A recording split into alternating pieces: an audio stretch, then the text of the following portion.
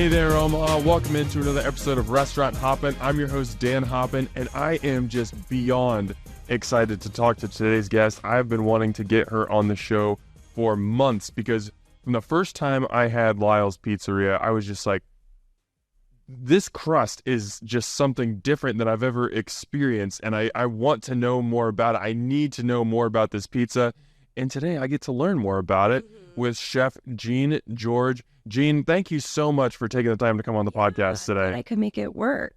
Yes. So before we even get started, a couple things to note. You have a very young restaurant still. You guys just opened on April 3rd of 2023, so a few months old as of recording this. Yep. Thriving. Located at 52nd and Leavenworth. So if anyone's listening to this and they're just like, oh my gosh, I got to go try this pizza, now they know where to find you. But we got to start, I think, from a high level because Omaha has a lot of pizza joints and a lot of varying styles of pizza joints. So how would you describe Lyle's to someone who hasn't visited it yet? What kind of sets your pizza apart? I'm not even saying makes it better because that's subjective, but what sets it apart from other pizza places in Omaha? Well, it's a sourdough crust, so it's fermented. It's a fermented dough. It's always alive and changing and different. We get our crust from Lola's Bakery. Steve Bartolome's the baker there, and he started the sourdough culture that we use. And he's really great. And so that was really, an awesome symbiotic relationship to have. So over the winter, I would say I would take doughs home, test them, temperatures, because there's various steps to it. So they mix the dough, ferment the dough, and portion the dough, and then it comes up to us. Then it's our turn. And it's our turn to work with it, different heat settings, how long it's been aged, and things like that. So each pizza comes out a little bit different. They all have their own little character to them. I would say it's kind of like, it's not as big as a New York style, and it's not traditionally like Neapolitan style either, where it like flops and you fold it. But since it's sourdough, it has a nice chew to it. The crust tears really well, and it's just its own unique thing. And, I think each, the sourdough pizza, I believe Via Farina does, is going to be different than our sourdough. Not all sourdoughs are the same. They're all different ages, and everyone has their own hydration levels. All these factors go into it. So we spent a lot of time just kind of toying with it, seeing what worked. We aren't a coal-fired or wood-fired oven either. It's a 3-deck oven. And so it's unique in its own way. It's Lyle's. It's Lyle's pizza. It's Lyle's. So you mentioned Lola's. I want to get into that relationship real quick. For anyone who doesn't know what Lola's is, you are missing out. It's a restaurant in Dundee. Just excellent bread. I mean, their baking program, like you mentioned, run by Steve, is phenomenal, but also have great breakfast and brunch. They do dinner. It's just a very nice casual place to go get a bite to eat, maybe before seeing a movie or whatever. So I just wanted to explain what Lola's is. How did that relationship between Lola's and Lyle's come to be? Because that's pretty unique to have a bakery making your dough for you. Obviously, you still have a ton of work to do as far as topping it, cooking it off, doing all that stuff. But to have like these bread experts already kind of integrated into your process, how did that come? So Lola's needed to expand their bakery operations. They're outgrowing the space that they had in their cafe. They opened up a cafe called Fig at the Illuminarium and doing all their own breads there as well. So they needed more space. Lyle's, we were doing Lyle's. So Lyle's is a part of Altogether Hospitality, which is a newer restaurant group in town. But so I was asked to be involved in creating the concept, the idea and the feel of the restaurant and the menu and all of that too. I've been cooking for about 10 years, but how our relationship with Lola's came about, I would say is, a lot of us are friends in the industry. I used to work at Lola's before, back in 2019. So it's a lot of networking and, people knowing each other and making relationships. And so, the opportunity came up where we got the Max I. Walker building, is what Lyle's was before it became Lyle's. And it has a whole basement in the basement, the whole basement in the basement where we did their bakery for them. They rent that space from us to do all their baking operations, and we, in turn, buy all of our dough in bulk from them. I love to see restaurants work together like that. It's cool to see like that symbiotic relationship where there's two places helping each other. I found an interview that you did with KUTV, and you had a quote in there that I think just perfectly summed up what I love about Lyle's. You said, everything is just simple and focused. It's fresh and approachable.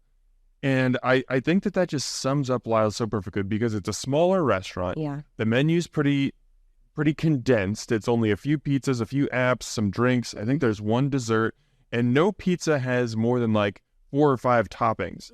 You're not trying to do everything, but what you are doing, you're trying to do really, really well.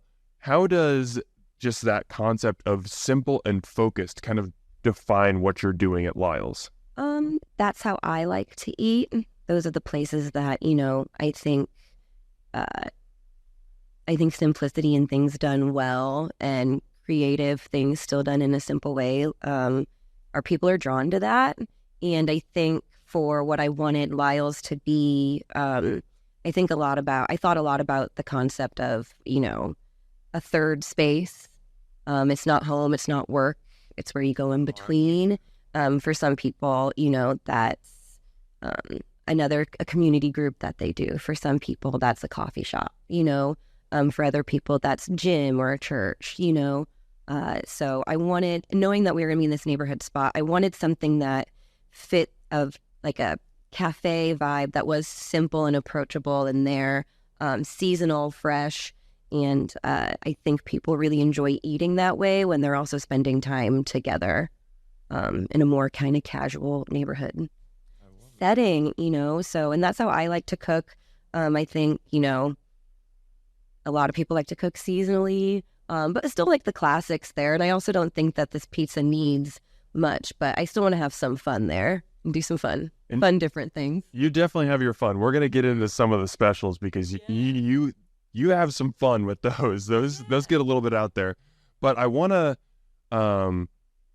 I want to talk about the simplicity and having that pared down menu. And I don't want to speak for you, but just from talking to other chefs and restaurateurs, so often their minds are just constantly going. They are thinking about food all the time, that when they're eating, they're thinking about how can I incorporate these flavors into dishes I'm doing, or techniques, or they'll wake up in the middle of the night and have a great idea and have to have a notebook by their bedside and write stuff down.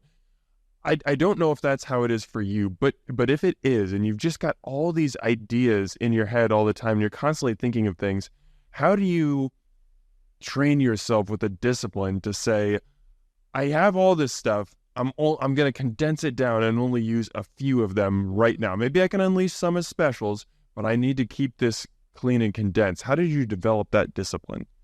A lot of trial and error, and well, before Lyle's, I ran the kitchen at La Buvette for a few years, starting in 2020. And so about 3 years there. And I learned a lot there about changing things on the fly and cooking with seasonality. There's just that right side of the specials menu that we changed almost every day. Yeah. And so when, you're flying through things every day and you get to work and you're like, okay, well, what am I going to make for the next 2 days? So I'm kind of seeing, being creative with what you have and also with your time too, with how much you can actually make and prepare. And so I think that training really helped me edit myself a lot. And I also really I've always cooked just like simple, clean, fresh, and it works for this style of pizza as well. So, but I used to get quite out there a little bit, but trial and error and seeing what people respond to. People generally come back to the classics. People come back to what they know and what's familiar, but I also love being able to show people new creative different things and the little adventure there too, because eating's fun. I want to get into the dough a little bit, because I think that's one of the things, the dough, and then how you cook it and create that crust. That's one of the things that makes Lyle's most unique, because you even mentioned it, like Yeah, it's sourdough. And you might find a couple other places in Omaha that do sourdough crust, but their cooking process is not producing the same product. Can you just kind of take me through, like, this is a sourdough starter that's been cultivated for years, so it's had time to like mature and grow. What does that actually like mean, and what does that do to the dough? Because I think people hear that and they hear the words ferment, they hear sourdough, they hear sourdough starter, especially after 2020 when we were all cooking bread at home, and they kind of have a general idea of what that is, but what does that actually do to the crust, having that sourdough? Since sourdough is alive, it's not, a yeast culture. It's bacteria. It's so when you feed a dough, they eat the sugars in the flours and they create gas and bubbles, and that's what your leavening ingredient is.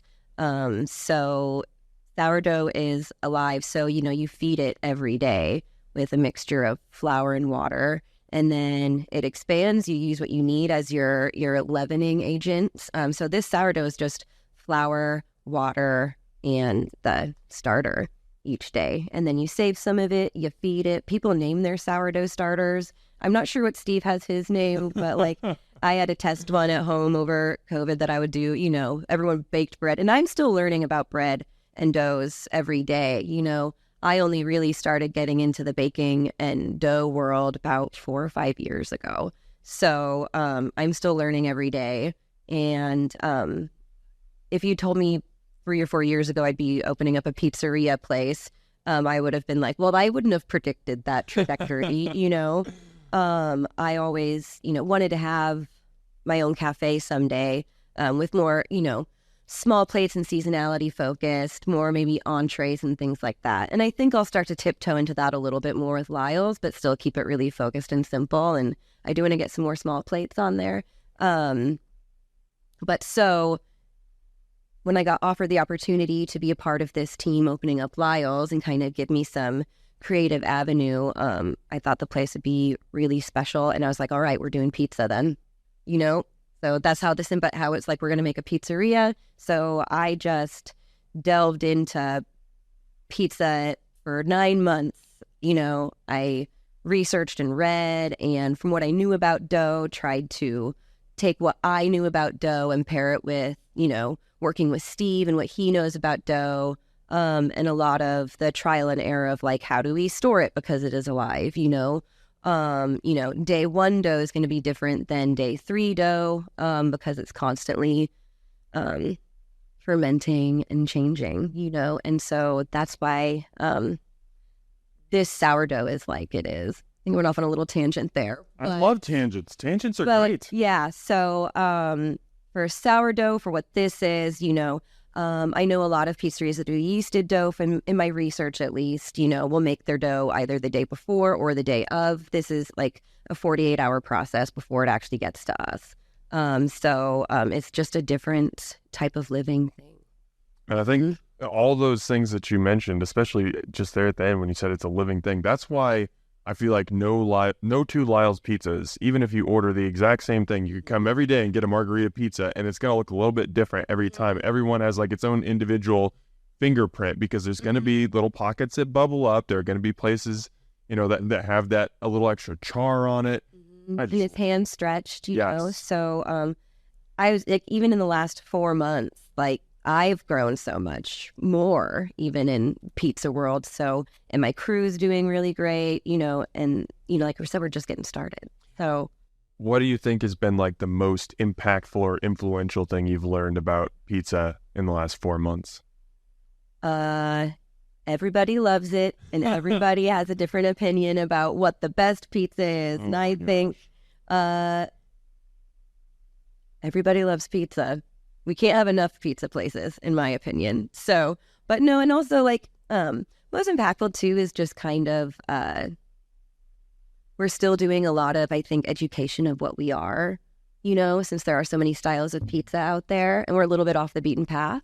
But I think we're doing something really cool for the neighborhood and want everyone to come by. You're absolutely and eat our doing something pizza.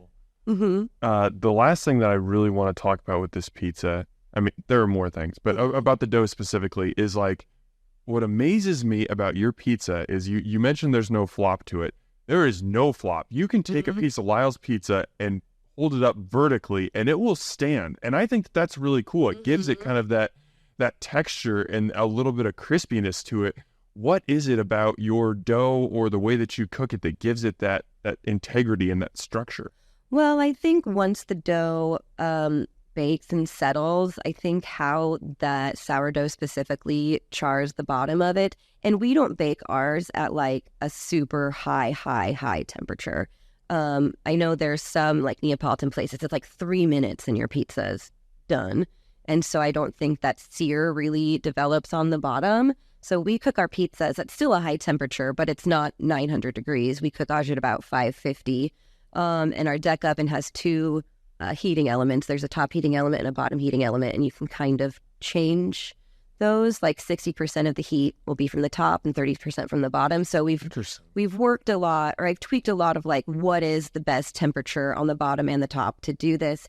And we'll have to change that throughout the day too, depending on how often we're opening that oven door or not. It'll cool off, so then we'll need to turn the bottom heating element up a little bit to balance it. So there is like a feel you have to get for it.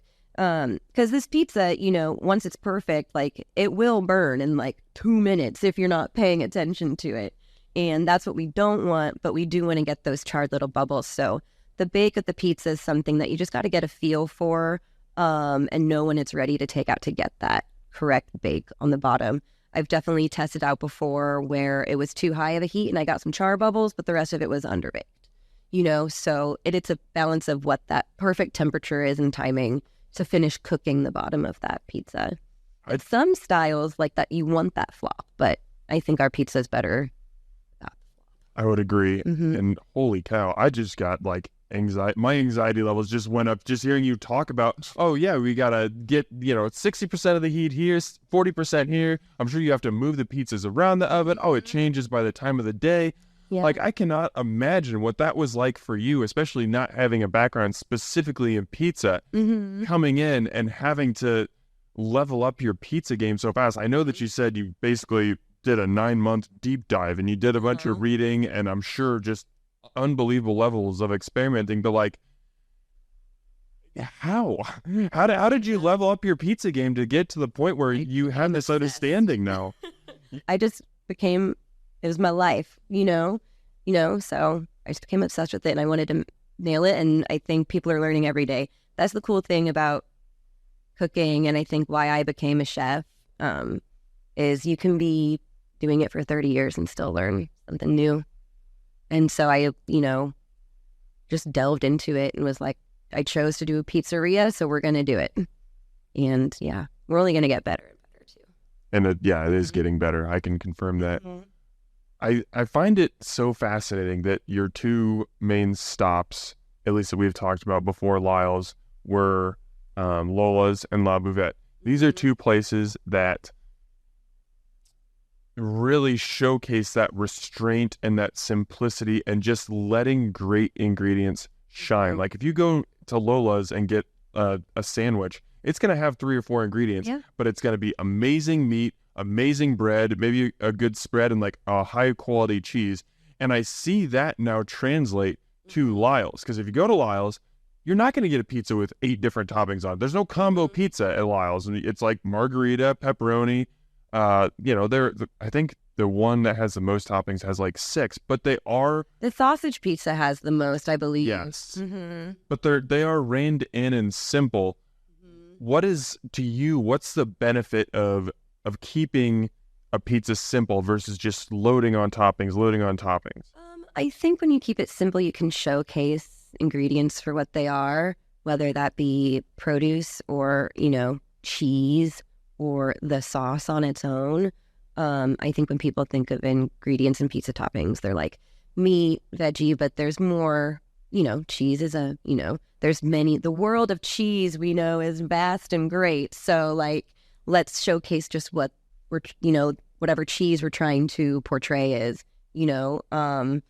so I just think like letting ingredients speak for themselves. I do think there's room for fun pies though.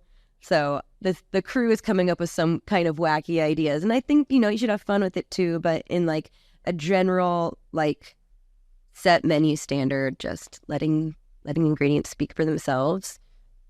because they don't need much more. A mushroom with salt and pepper on it is delicious. Oh my God. Just simple things like that. And you got you've had a pesto potato pie on the menu. Like there are things that are different, and your specials. That's where you have some fun. So a couple specials that you've had over the last couple months. You had a pizza with peaches, goat cheese, hot honey, and hatch chilies, which that about had me drooling when I saw it. But you don't see peaches on pizza very often. You had another one that was ricotta, zucchini, green grapes, mint, and olive oil. I mean, that's a little out there too. So I mean, these specials so far have kind of been your way of unleashing that creativity, that chefy side. How are you coming up with those? I kind of, seasonality, like hatch chilies, I decided to do because, they were everywhere, So I was like, hatch chili peaches are in season. And, so it's like, okay, start off with what's seasonal, what's available, because those things always taste the best anyway. And then what flavors and textures pair with them. Just like how wine pairs with food in various ways, like what complements each other. So then you kind of build it from there, but, still keeping it simple. Like, well, goat cheese and peaches is great together. So let's throw that on there. And then honey was just like to add a little sweet heat element. And then I was like, that's that, throw some basil on there too, which I thought would be really good, but just kind of building around a single ingredient first is generally what I do. I like that. Yeah. So you kind of talked about with the menu and ways that you're looking at kind of growing it and adapting it, maybe adding some more small plates. As a restaurateur, you come into a restaurant with an idea of what your pizzeria is going to be, but then over time, based off of how much oven space we have, how much storage space we have, what kind of ingredients can we get, what menu items are the customers vibing with, what are they not vibing with. Your plan doesn't necessarily have to change, but it does have to be flexible. Yeah. How do you balance that between sticking to your original idea and saying, this is what I want Lyle's to be, versus also being able to adapt and say, I think that there's ways for it to grow as well?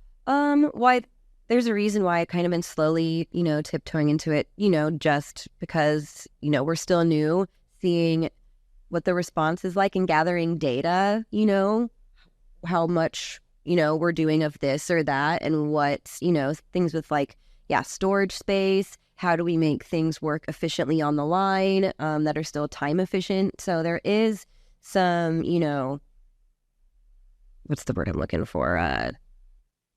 Strategy behind why you're going to put something on, and how long does it take on the line? Is it going to overwhelm the kitchen? Is it going to back things up? So I've been kind of mulling over what would work. I mean, we don't have a hood, we don't have a fryer, we don't have a saute. We just have, our deck oven and a couple smaller convection ovens to warm some things up into. So it's, kind of like, what can I make work with the space that we have and the equipment that we have, and keeping things efficient and executed well also. There's another menu item that we absolutely have to talk about. I think you know what I'm about to say. The mozzarella pesto roll. Yeah. I specifically remember I came in with a group of guys on one of my first trips to Lyle's, and it was kind of like, oh, we're waiting for our pizzas, let's get something to share. So we ordered one of those, and we cut into it and took a bite, and immediately we hailed our waiter. We were like, yeah, we're gonna need another one of these. Yeah. It's so stinking good. Yeah. So just tell me whatever you want to tell me about this roll, because it sounds simple. It sounds like something that maybe listeners, if they haven't had, they're like, oh, that sounds kind of familiar. No, you've never had anything like this. Well, when I was developing the menu back in last August, September, and started doing some R&D,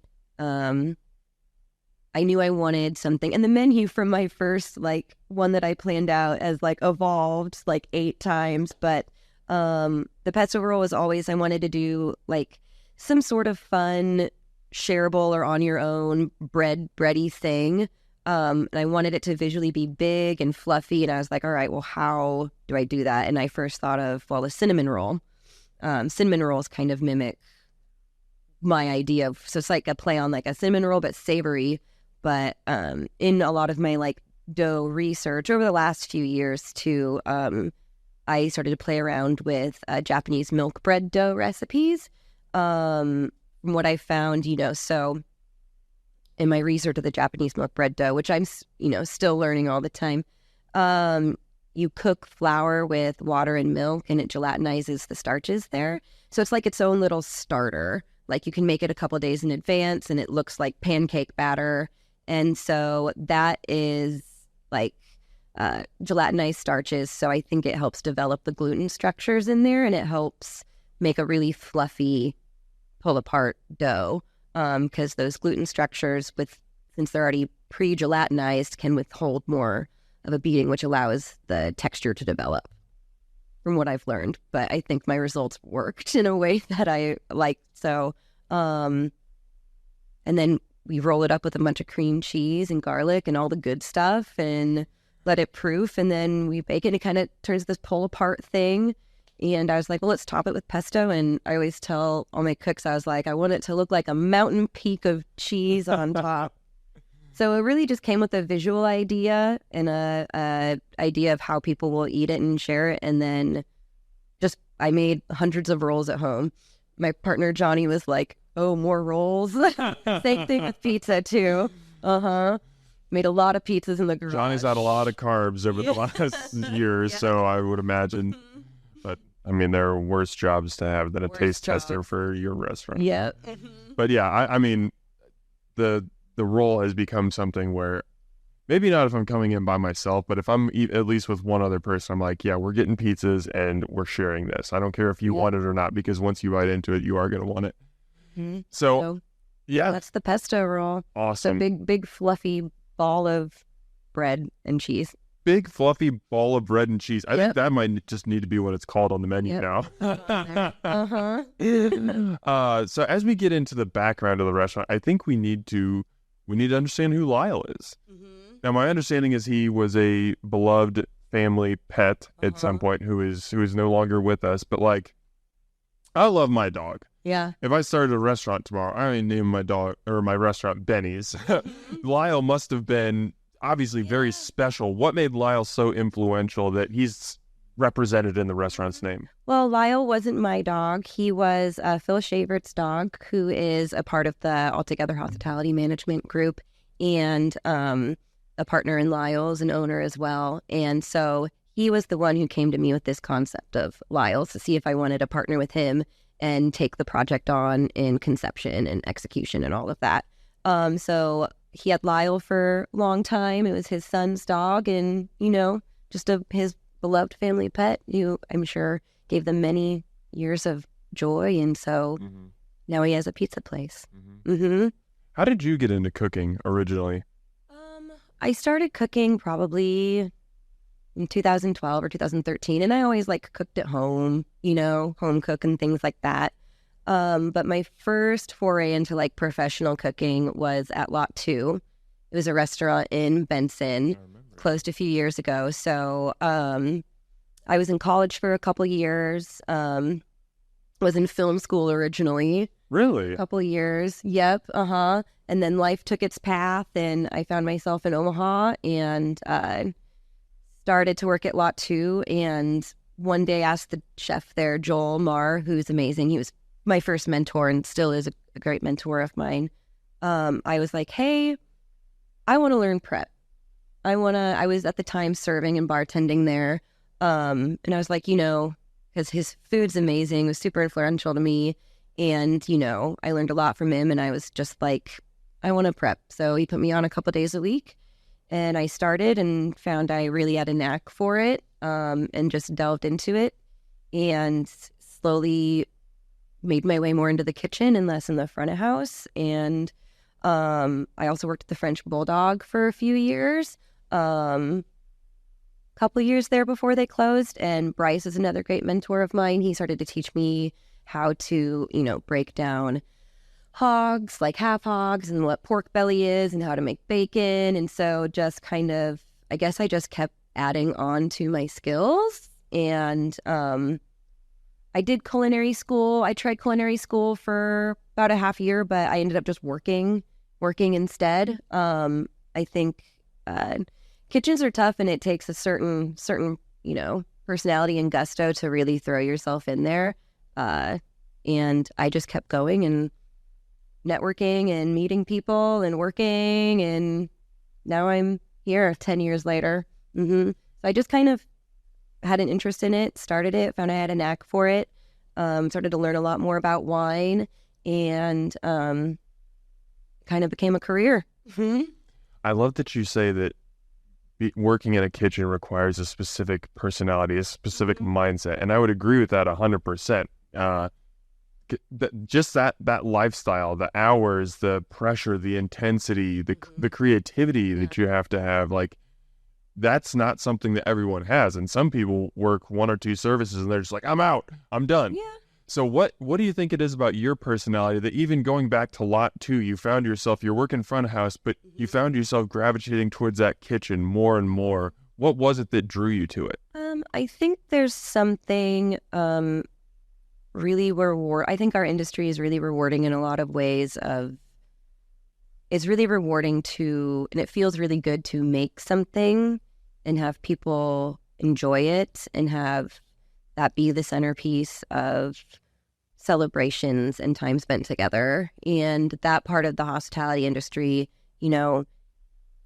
it's really great to feel, that you provided something that people are really enjoying. Like even down to baking cookies for friends. I always, love that part of that. It's a really rewarding thing to make other people happy with something that you made and put your own heart into. So I think that is something that's, why the restaurant industry I just kind of fell into. It's going back to the concept of third spaces that I've thought about a lot. It's not work, it's not home, it's your third space. It's where people spend a lot of time. And I love to be able to provide a space like that I hope people, enjoy as well. So it's a really rewarding thing to, make other people feel good and have a good time. Getting into culinary school, you said you went for a couple months and it wasn't for you. Yeah. You find such varied opinions on that subject of whether culinary school is necessary. Some people will just say, yes, I learned so much there. I learned so many techniques. I made friends. I made connections. And other people say, I just needed to get into the workforce and just learn on the job. For you, what do you think? And I'm not asking you to say anything bad about culinary school because, like I said, it's a great thing for some people. But for you, what made on-the-job training probably a better avenue for you? I think there was just the hustle and more, I don't want to say more trial and error than a structured setting of a school where there is, you're there to learn, you're going to make mistakes and stuff. If I were to go back to culinary school, I'd go for pastry, more baking specifics, all of that. But as far as the savory side of what I was into and doing, working just worked better for me. I know I have a lot of great friends who did culinary school and they're super talented, and that's what worked for them. And I chose to just work. Because I also had I was really lucky to be working with really great mentors at the same time. If I wasn't working in places that I felt that I could grow in and learn from, it might be a different story. So I was lucky to have a good team to work with too. So that's why I continued to work. Now, you talked about what originally drew you to the kitchen and the things that you were doing at first. You were doing prep work at lot 2 and then doing some cooking, not cookies. And then, you talked about you were breaking down whole hogs. You're learning how to butcher and stuff. Those are awesome skills. They are very, very different from baking. Baking is baking and bread are like a science. I mean, it is so much measuring and temperatures and times, and not that that stuff isn't involved in cooking, but like when you bake something, there's no, I shouldn't say there's no, but it's much harder to adjust it on the fly. There's a lot more variables. You Yes. can't, fix something, sometimes you scrap and start over.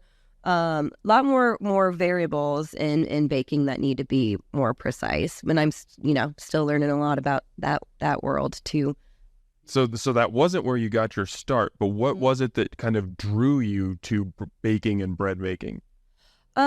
Just learning another skill set. It's also a super pastoral thing to do. Like getting to buvette early in the mornings at 6 a.m. if it was my bread shift was just I really enjoyed. It was very zen. It was very, a pastoral process. It felt really connected. And again, like seeing a lump of gooey slop be shaped and turned into something is, really cool. So I think, bread and baking is cool and a lifelong skill.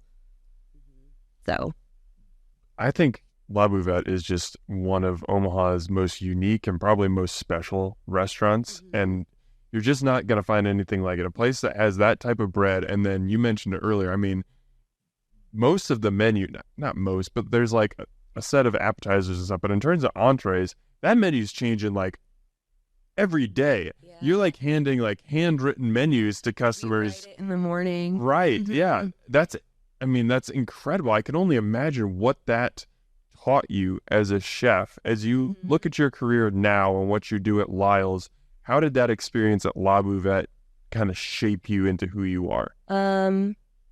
Problem solving, efficiency, time management, all the above.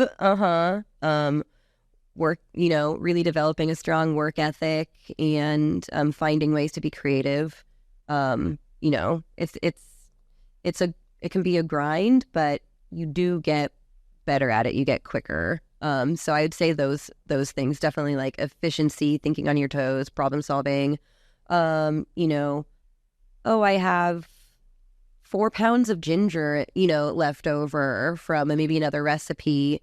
Can I utilize those? And maybe a watermelon's in season or the farmer's market's going on. Maybe I can take this leftover ginger and do like a watermelon salad. What else, can I go get or is around, So I think I really developed some strong, just like kind of creative problem solving, and then, we'd plan things out and we had our mainstays as well. But it was a really great to have creative freedom like that. Also going back to like learning to hone things in and edit things in, and cook more practically, and but still done well, creative and flavorful.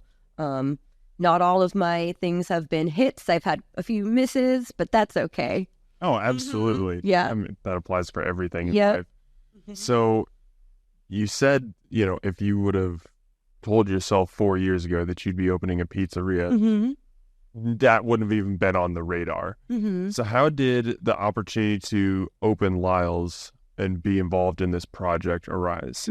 Well, Phil Schaeffer had this plan to open up Lyle's Pizzeria. They got this building and they're like, all right, well, who can we bring in to kind of take this on and help us develop it and turn it into what it is? And so I used to work with Phil Schaeffer. I met him originally through my friend Matt Baum, who I worked with at French Bulldog. So Matt Baum went on to help Phil open up one of his first restaurants, which is the Meatball. How long have they been open now? Since 2016. French Bulldog had just closed. I was still at Lot 2. And Matt Baum approached me if I wanted to, because we worked really well together at French Bulldog. So he approached me if I wanted to help him open up Meatball way back in the day. Helped him do that for a year and then got to know Phil Schaeffer very well through that. Phil is also, just been a friend throughout the years.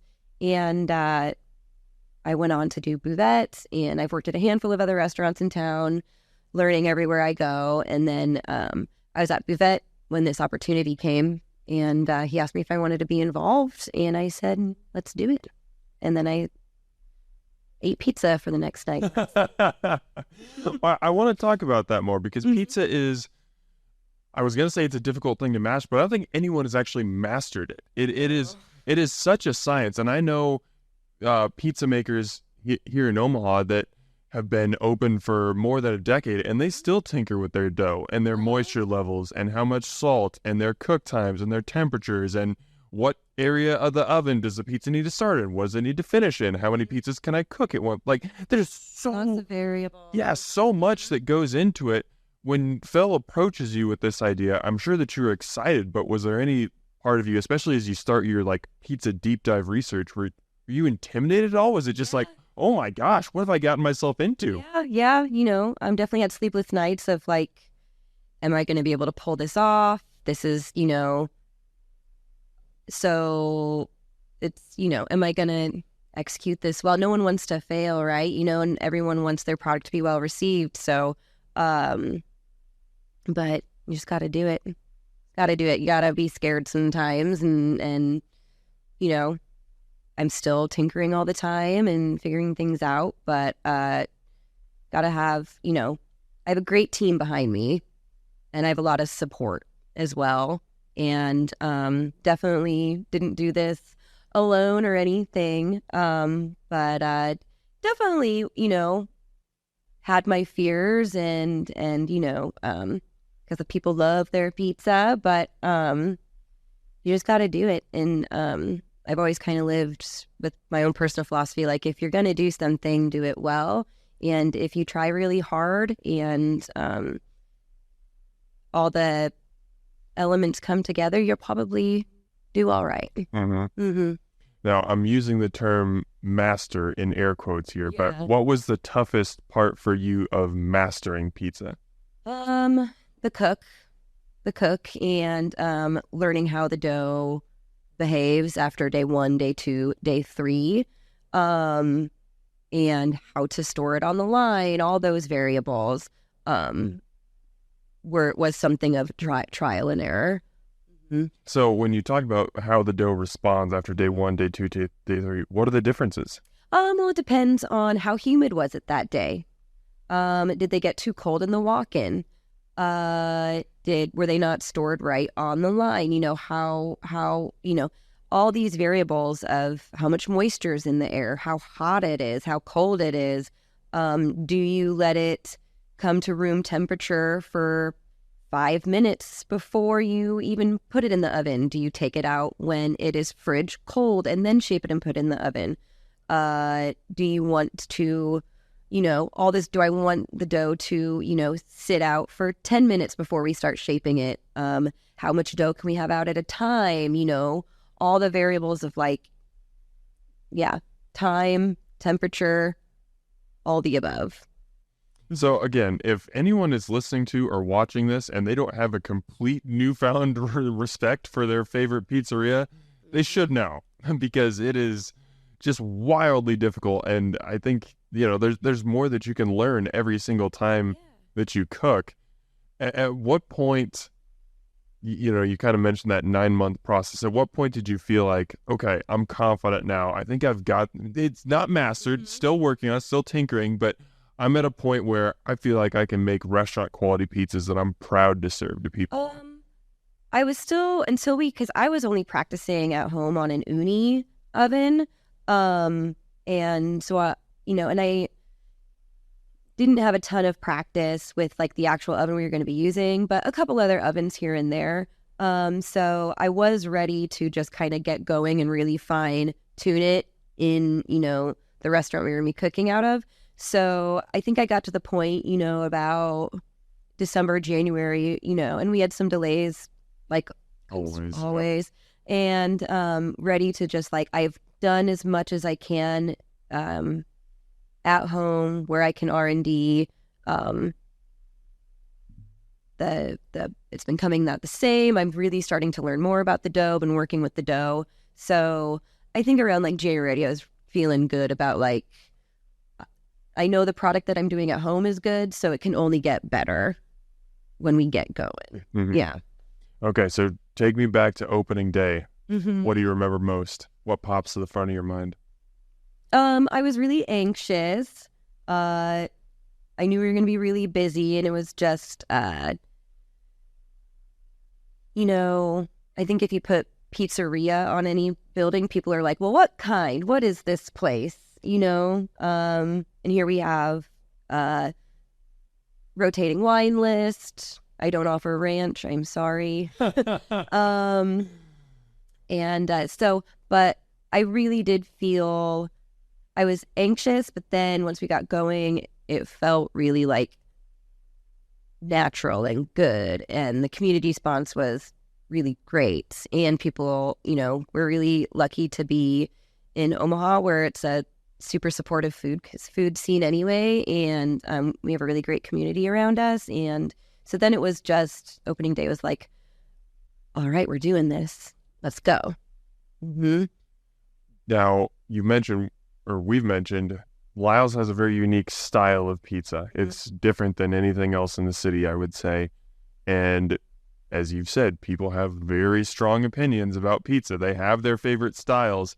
As people are trying this for the first time and they're getting it, maybe their first experience with sourdough pizza, what were some of the comments and the response that you got?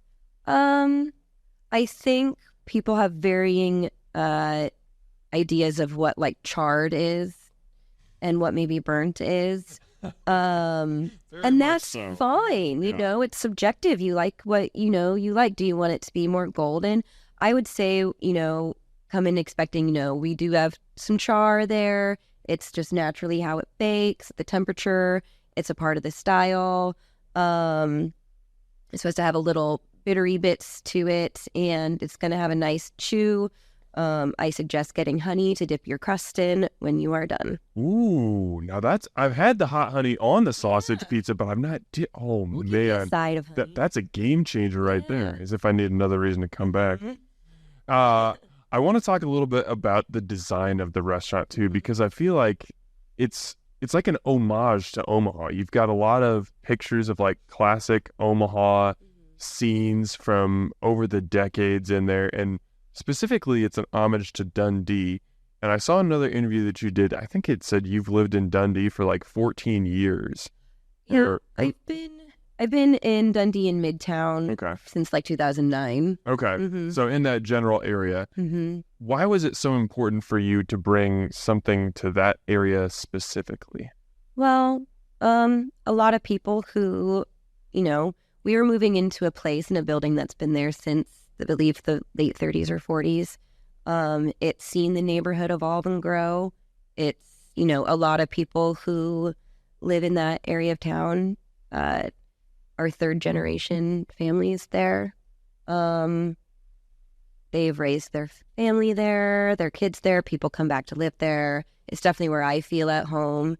And being a building that's been established already in that area that people have drove by for years and years and years and years, I wanted it to still be a part of, what it's always been a part of. Mm-hmm. How much did you get to speak into the design of the restaurant itself? We worked with a really great company called JH Design. They, one of the designers there, Brianna, she's really great, kind of, had the vision of the layout and like some booths and colors picked out. And I came on and got a lot of say of like, let's do these colors here, pick out the floor together. But, I'm not an interior designer, but I, had an idea of what I wanted the vibe to be like. And that was really translated well by JH Design. But I picked out all the artwork and worked with Brianna on the flow and vibe of everything. The tile floor, when we decided to do that, was like kind of like, all right, now we had more of a direction of where we can take things.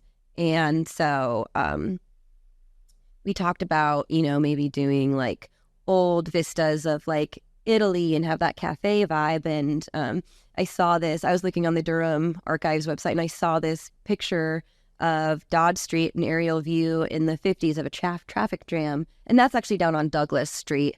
and it was all these cool like 50s sleek cars, and the sun was glinting off them, and I was like, that could be Italy. It's not. It's Douglas County in 1954.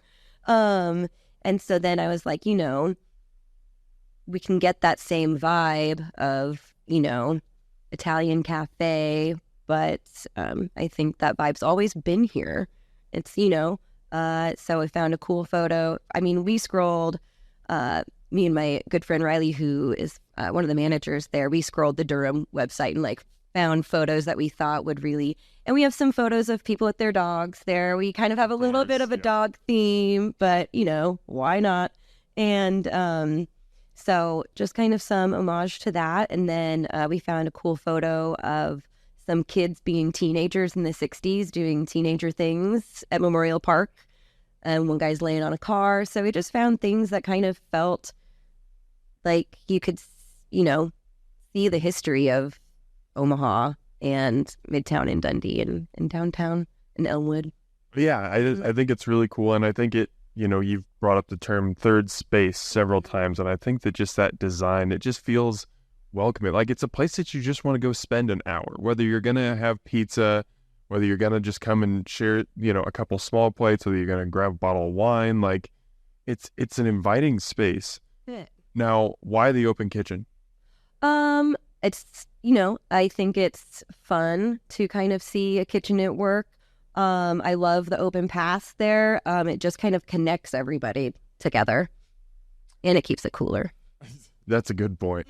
I love open kitchens in general because as a restaurant nerd, I'm just fascinated watching cooks prepare stuff. I think that's really fun. But as I was thinking about it, preparing for this, pizza places especially have that open kitchen vibe. I was just thinking about Moots is brand new, but they've got one. Via Farina, Dante, Virtuoso. I mean, at all these places, you can watch your pizza be cooked, and as you're waiting for it. Is there something? Is that just random, or is there something to that in a pizzeria? Just that element of being able to see your food. I think it's just an energy. Yeah, an energy that carries through the space. I'm sure there's probably practical reasons why it started that way, whether, if you're doing wood fired, it helps with ventilation, or, I'm sure there's other practical reasons why it's become kind of a mainstay and like why you see that everywhere. But I do think maybe it stayed because the energy is just great with an open kitchen. Mm-hmm. And we've talked a little bit about the future of Lyle's and some of the things that you want to add, some things that you want to adapt. And obviously with a restaurant that's only 3 or 4 months old, there's a lot that's going to change. Yeah. When you look into the future of Lyle's, what do you see? Well, we have a patio in the works. Awesome. Love that. That will be really vibey and fun. And eventually want to do brunch. Really? But like casual, like breakfast pizza. Like, oh my God. And then when they're gone, they're gone. Like we'll have a finite amount of brunch stuff. But yeah, brunch. I'd like to start, having like we're working on our bar and wine program too. Would like to have like a reserve list in the works. Do some more fun things with Amaro and wine pairings. Would like to do a wine paired dinner at some point with not just pizza, but other plates of, I don't know what yet, but something with like an entree, 5-6 courses, with pizza being one of them, and just kind of slowly expand into like a pizzeria and cafe, have more fun things and community involvement there. And I already love Lyle's. If you start doing wine dinners and breakfast pizza, and now that they're all in the works. Oh my gosh! And now that I know I can dip the crust in the honey, you're gonna have to get like a restraining order against me. I'm gonna be there so much. Oh, okay. As we wrap up here, I got 2 questions for you that I like to ask just about every guest I have on the episode. And the first one I think is really good for just customer knowledge. What is one thing that you think most of your guests, not even most of your guests, but just diners in general, what do they not understand about the restaurant industry or kitchen life that you wish they did understand? That everyone is there to put out the best product and give people the best hospitable service that, we can. That's what we're there for. And I think everyone should work in the restaurant industry or any, at least for a little bit. There's a lot more, just like, in a lot of other industries too, that we're there to give you a good time and enjoy your time there. I think if everyone kind of went in and leaving knowing that, it'd make everything, better for everybody. I agree with that wholeheartedly. Yeah. And then to get you out of here on a positive note, I think you might have mentioned this earlier, but to put a nice bow on it, what's your favorite part about working in the hospitality industry? It's a really supportive community. It's a really rewarding industry. And it's a really creative and always changing industry too. All right. Well, listeners, viewers, however you're consuming this, if you've listened to this last hour of conversation and you don't want to check out Lyle's and have this pizza, then we are two very, very different people. I cannot encourage people to go check this place out enough. It is just fantastic pizza. And again, I'm not trying to say better, worse, but it is just a little bit different with that crust than anything else you'll find in Omaha. Definitely go check Lyle's out. Jean, thank you so much for taking the time to come on the podcast today. This is a blast. Awesome. I'm glad I could finally come in and chat. It was worth the wait, worth the finding the schedules. This was amazing. I'm so, so grateful. Awesome. Thanks so much. Omaha, as always, thanks for eating with us.